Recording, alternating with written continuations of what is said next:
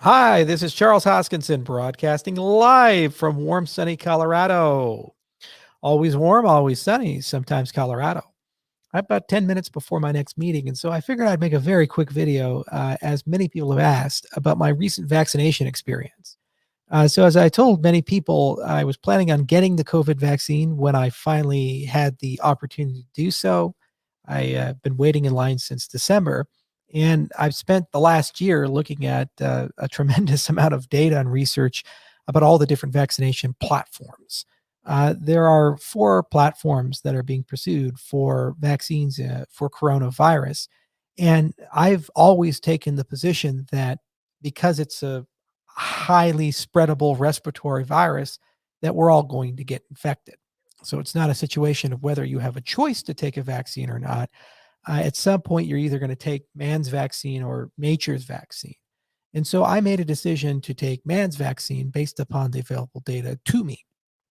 Now, it's important to understand all vaccination platforms that have been explored, whether they be a viral vector, an mRNA vaccine, a protein subunit, or a weakened viral virus. So the traditional type of flu vaccine that they grow in a chicken egg.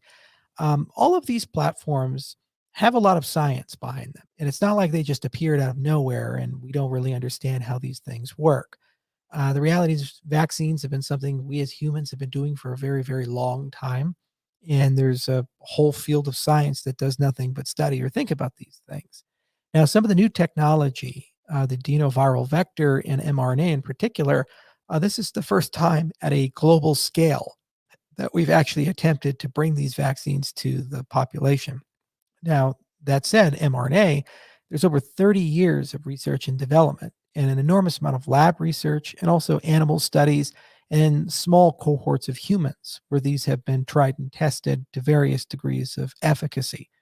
It was a miracle of science for Pfizer and Moderna to be able to bring these vaccines to people as of December of last year. Over 700 million people, 10% of the entire human race, have been vaccinated at least with one shot from at least one platform. The majority of those vaccinations are actually from Pfizer and from Moderna. And we have gargantuan amounts of data and evidence at the moment about safety and efficacy. The best data source, because of the nature of how it's collected and the fact that it's an entire nation state, is the country of Israel. They had a head start and they were very systematic in the way that they rolled out their vaccination program. And the majority of Israelis who have been vaccinated were vaccinated with the Pfizer vaccine, more than half of the entire population of the country. Because of their healthcare system, there are all their data aggregates to a single electronic medical record system, and they've examined this to see if, in practice, in the wild, the efficacy of the vaccine holds with what the clinical trials were demonstrating in December. And the answer is yes. It's over 91% effective at preventing symptomatic infection. And of the 9%, the vast majority of those are mild to moderate, not severe, and result in hospitalization. Now, the reality is, if you get infected with coronavirus, the odds are, if you're under the age of 55, you'll either be asymptomatic or develop a mild infection. And unfortunately, this has become an enormously political issue. And I've personally made many videos about this from time to time, about my frustrations and the amount of intellectual dishonesty, especially about mask policy and social distancing and when these things end and if lockdowns are effective or not. But let's set all of that aside. It is very clear that when you take nature's vaccine, uh, even if you recover, there is a good chance that you're in for a slightly longer recovery, especially if you're a little older or you have certain comorbidities like obesity or diabetes. There are a large cohort of people, a third of those who have had a serious case of COVID, who have developed serious neurological symptoms ranging from anxiety disorders to depression, in some cases, even schizophrenic like symptoms. There's a lot of people who have anosmia. They've lost their sense of smell and it hasn't come back in over a year. That's about 1 in 10 who get coronavirus who have lost their taste. It hasn't yet come back. And it's not clear when and how that's going to come back. And even if it does, there's a lot of people where it came back And now certain things like coffee smells like burning tires or something like that because of the rewiring of the brain. And that's not necessarily uncommon for viruses. This is why there's, for example, a connection between viruses and Bell's palsy and a litany of other neurological symptoms that come from viral infections, because they do affect nerve cells just like everything else. And they can create a lot of problems. There's a lot of people who have long COVID. It's in the millions of people. And if you're a fan of restaurants, the CEO of Texas Roadhouse recently killed himself because he was a victim of long COVID. And it was so severe that he had difficulty getting out of bed. He had difficulty taking a shower. And he was so deeply depressed from that outcome and no light at the end of the tunnel, no treatment being effective, that he killed himself. These are the side effect profile of nature's vaccine: death, neurological problems, permanent disability, losing your taste, losing your smell. And that's not a hypothetical. There are millions of people in my country, the United States, who are currently suffering from these side effects. And given that this is such a easy to spread virus, and as a CEO who regularly meets hundreds of people every month, regardless of the precautions I take, just the sheer number of connections and density, there's a very high probability that at some point I will get infected. And not knowing I'm infected, spread that to dozens, if not hundreds of people. And if at least one person in that has a serious complication, that's on me. So I don't really have a choice, in my view, about it. It's more of a question of, do the vaccines prevent the spread of coronavirus? This is another thing that the media has been very dishonest about. There is extremely good evidence from Israel and other places that have used the Pfizer vaccine that the vaccine does provide a great degree of sterilizing immunity. In other words, the vaccine do appear to be productive, and a lot of evidence, and they not only prevent you from getting infected, but also prevent the spread of coronavirus from you to someone else. Okay, so that's a very important characteristic. And given study after study after study, and also just common sense, if you don't develop symptoms, you'll probably have a pretty low viral load. If you sneeze on somebody right in their face, maybe that will do it, but just normal breathing, talking, unlikely going to do it. And you can't get a high enough reservoir to become truly infectious. And study after study after study showing that. Now, another thing that's being dishonest is the amount of breakthrough cases that are occurring. So breakthrough are new variants of corona where once you're vaccinated, you still get sick. And it's absolutely true. There are breakthrough cases. When you say something is 91% effective, you're also saying 9% of the time it's not. What's very dishonest is that these breakthrough cases are relatively mild for the most part. The overwhelming majority of them. The CDC collects these, as does the WHO. Genomic surveillance is done in a large cohort of these to see which variants are causing problems. But it doesn't matter the variant you choose. The South Africa variant, the UK variant, they may lower the efficacy in terms of giving you sterilizing immunity and the ability to completely resist the disease without developing any symptoms. But even if you do get infected, your odds of a serious outcome, long COVID, neurological problems, cardiovascular problems, is extremely low. And that has held for the 700 million people who have already received at least one vaccination. Now, I've seen so much garbage online. For example, these RNA vaccines change your DNA. It's just not true, and no one can explain how. And there's microchips and quantum dots and all these other things. I just don't believe it. I'm sorry, conspiracies don't work that way. As Benjamin Franklin used to say, the best way of keeping a secret is to make sure that only two people know and the other one's dead, to paraphrase Benjamin Franklin. And I firmly believe that. So when we look at these things, based upon the data available, the fact that family members received this vaccine and they did quite all right with it, I think there's no issue at all. In terms of long-term safety data, it's also another very unrealistic thing to ask for because, well, it's a pandemic. If somebody came to you with a cancer drug or an AIDS drug and they'd say, well, here you go. And you say, well, I don't know. It doesn't have long-term safety data. Let me wait 10 years and then I'll go ahead and take that. Oh, okay. Well, first off, the odds of me getting coronavirus are extremely high in the next year to 2 years because of my social network. It's just you meet hundreds of people, wave after wave. It's a miracle I haven't already contracted it. Several people in my household already have. Don't know why I haven't, but it's a very good chance I will.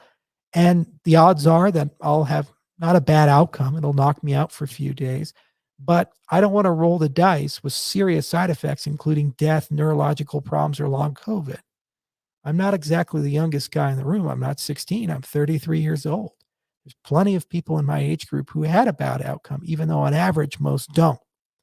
So, I'm basically being told by the anti vax crowd is some unforeseen side effect for a class of medicine we understand a lot about is so worrisome that it's more worrisome than a definitive chance of death, neurological problems, heart problems, lung problems, hospitalization, or 2 weeks of just being down. And then I ask, well, can you quantify that? Can you tell me what specific thing you're worried about? And can you connect those concerns to what we have seen over the 700 million people who have so far been vaccinated? And I never get an answer from them because the reality is people are very bad at quantifying outcomes. For example, the recent adenoviral vector suspensions for Johnson & Johnson and AstraZeneca. Apparently, there's a concern over blood clots. The incident is 1 in a million. 4,000 people a day are dying from coronavirus in Brazil. But we're concerned about something that has a 1 in a million chance. When we look at anaphylactic shock, it may be more of an issue with the batch and rapid manufacturing than it is an issue of the actual vaccination platform. But even that, no one has yet died. It's certainly a scary situation, kind of like an allergic reaction to a peanut or something like that. But at this moment, no one's really died from that. And yeah, you can always find somebody, one person or a small group of people who have had a bad outcome. We call that medicine. For those of you who are unaware of how medicine works, medicine is for the group, not the individual. Medicine, on average, does something good, which means there are cases where it does something bad.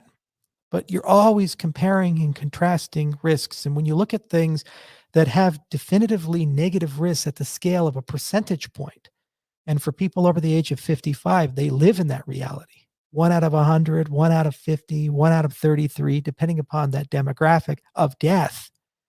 And that's your certainty. You can't then go ahead and say because something is 1 out of a million, it's bad policy to go and pursue a treatment. You give chemotherapy to people. Some people will die, not because of the cancer, but because of the chemotherapy. Does that mean that entire treatment is no longer valid because you've killed a patient with it? No, that's just how medicine works. Now, perhaps in the future, it'll work different. And in a golden age of quantum computers and AI and regenerative biology and medicine, and the innovators of the future will bring this to us just like the allopathic innovators of the 20th century got rid of the leeches and the bloodletting and the mercury. And that's great. But that's where we're at, and that's the system we have. And for the most part, it works pretty well. And for the most part, we live a lot longer and better than we have before. I, like many people, want to see the end of this pandemic. And it's very clear to me that we will see it if we achieve mass vaccination. I don't believe for a moment that vaccines are some magical control valve or mechanism by a new world order. But I do believe that politicians, governments, and opportunists subscribe to a philosophy of let no crisis go to waste. And absolutely, lockdowns, masks, and other policies can be transformed, especially vaccination passports, into something to control the thoughts and movements and narrative of a society for whatever political philosophy that particular group happens to subscribe to that wants to dominate and control. But that in no way says that a medical tool is somehow invalid or not necessary. We have flu shots. Usually half of my country gets them every year, and they only have about a 50% efficacy. It's just a good idea because on average, it does save lives. Since we started those programs decades ago, Millions of lives have been saved as a direct consequence of them. For this particular pandemic, millions of lives will be saved as a direct consequence of the vaccinations.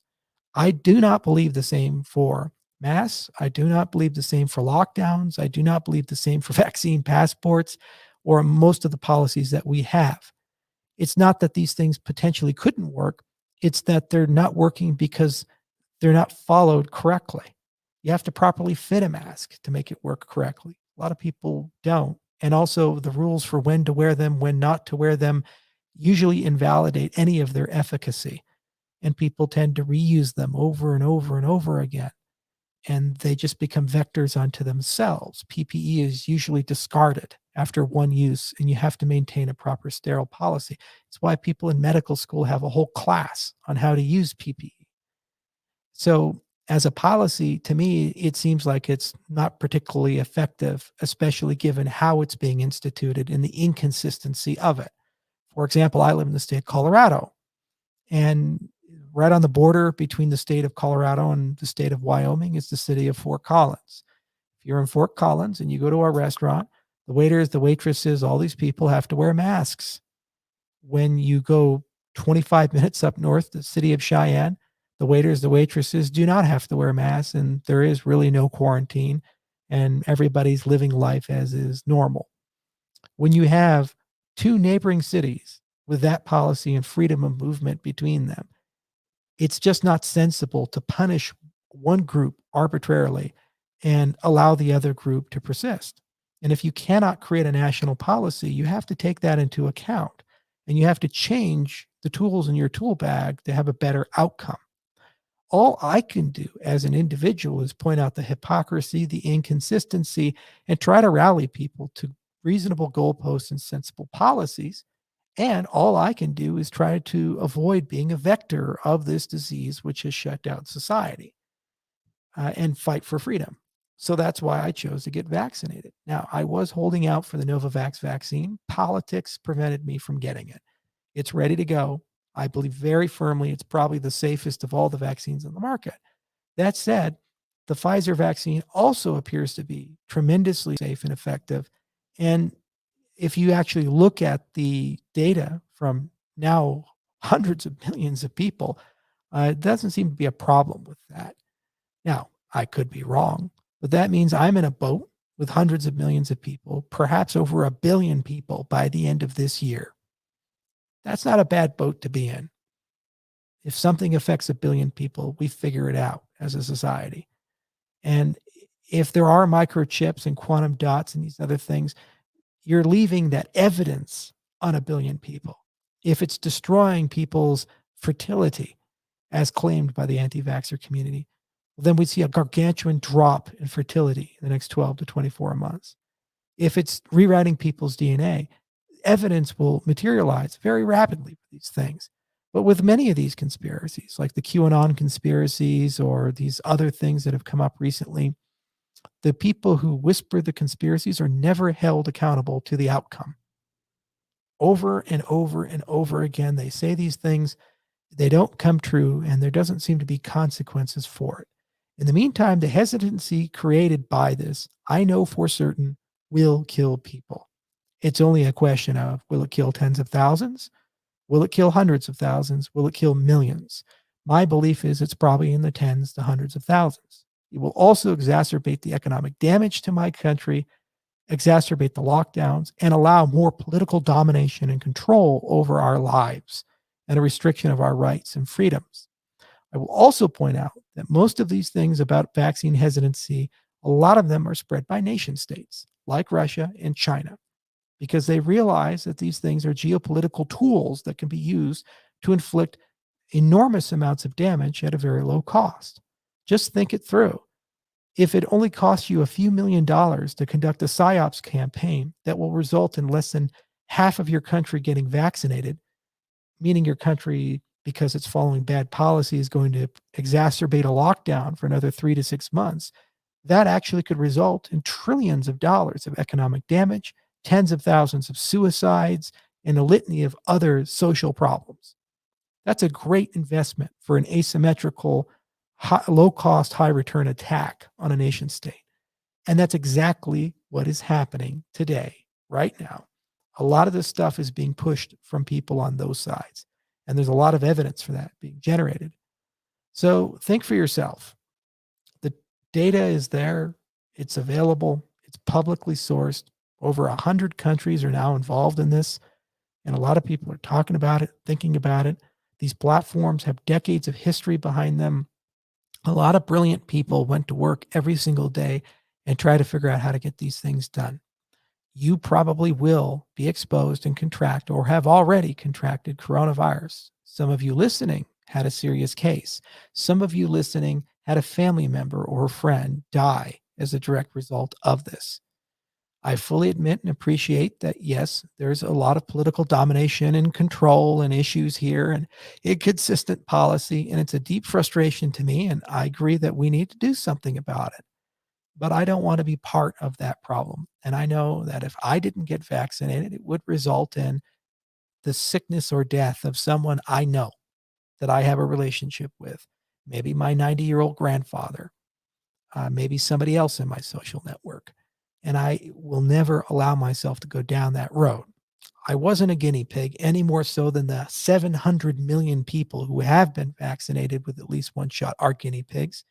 And I don't believe I took an outsized risk for that. And it's a goddamn shame that we live in a parallel reality where people do believe that and they succumb and fall for propaganda or misinformation or Dunning-Krugerish effects.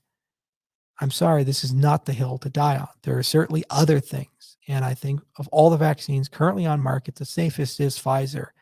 And after Novavax comes to the market, assuming they pass the clinical trials in the United States, that formality, they will be the safest on the market. But so far, no side effects, no problems. I had a sore arm for a day. That was pretty much it. Easy peasy for me. Got it at the local Albertsons.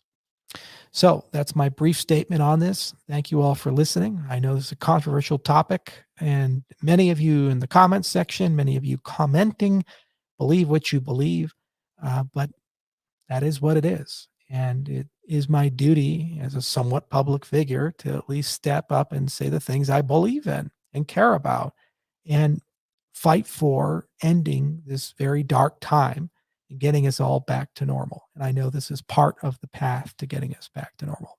Thank you much.